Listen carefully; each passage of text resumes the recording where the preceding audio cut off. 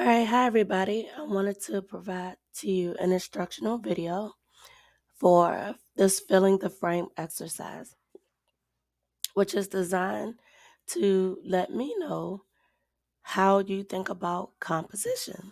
Because I've noticed in a lot of your photos, you all take the picture and you paste it in a submission file, but you don't always take a moment to kind of edit what is actually visible in the frame. So in this exercise, I'm going to show you how to place your photo as you captured it in the camera and then adjust how it appears in the frame. So here we go. In this file, I'm giving you the original image and then the frame of your recomposed image. And I've also included a place for you to give me context as to why you made the compositional changes that you did. How did you change the focal point? What is now the new focal point? And what principles does your composition show? Did you give me rule of thirds? Did you give me leading lines? Did you give me texture? Etc. So I want you to provide a write up as to why you recomposed the image the way that you did. So again, here's our original image. This image you will not touch. This image you will. In order to recompose the image, you're going to double click. And when you double click on the image, you'll see two sets of anchors. You'll see the blue anchors that correspond to the frame itself or the size of the image. The black anchors that you see in the corners actually respond to what is visible. So the blue anchors deal with the picture. Oops, sorry, tracking out the wrong anchors, horrible. The black image is the frame. I'm sorry. Ugh. The black anchors are the frame. So if I hover over the black, I'll get a black arrow.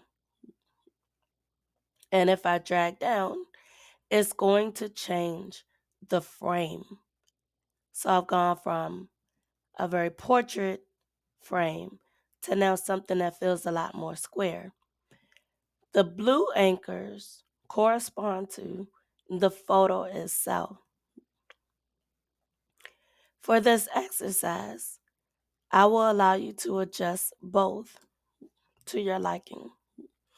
So here I'm adjusting the frame and I'm going to hover over my blue anchors and adjust the size of the photo. I went off the artboard, so it wasn't very nice.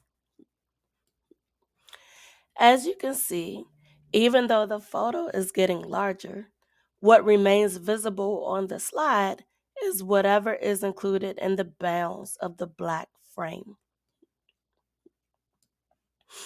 While I can see both my blue anchors and my black, I can move the photo around within the frame. I'm going to zoom out a little bit so that I can see more of my image to adjust it to the composition that I want to show. So I'm going to keep dragging out because for this recomposed image, I want to show texture. And so I'm going to fill the entire frame with the texture of the orange only.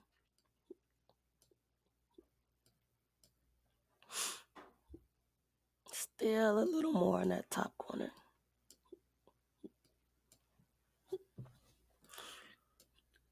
And when I click out, you can see my newly recomposed image.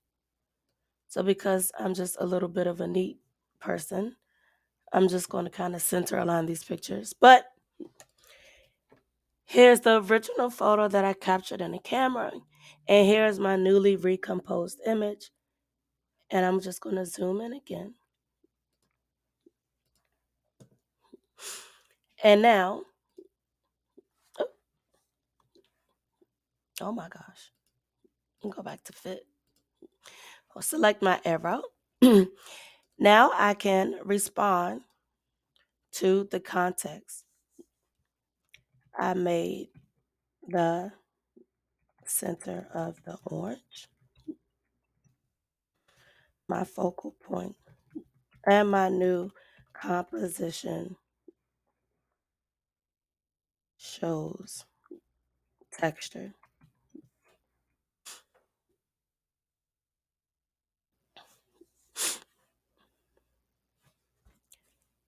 And that's it. And then you can move on to the next one. So I hope this video is not only helpful for this exercise, but as we move forward in our shoots, that you think about not just only placing the image into the submission files that I provide, but taking a moment to recompose the image. A lot of the comments are about reducing clutter, um, too much information. My eye moves all over the frame because you've given me everything that you captured in the camera. It only takes a few seconds to just recompose your image to give me exactly what I asked for. So I hope this helps.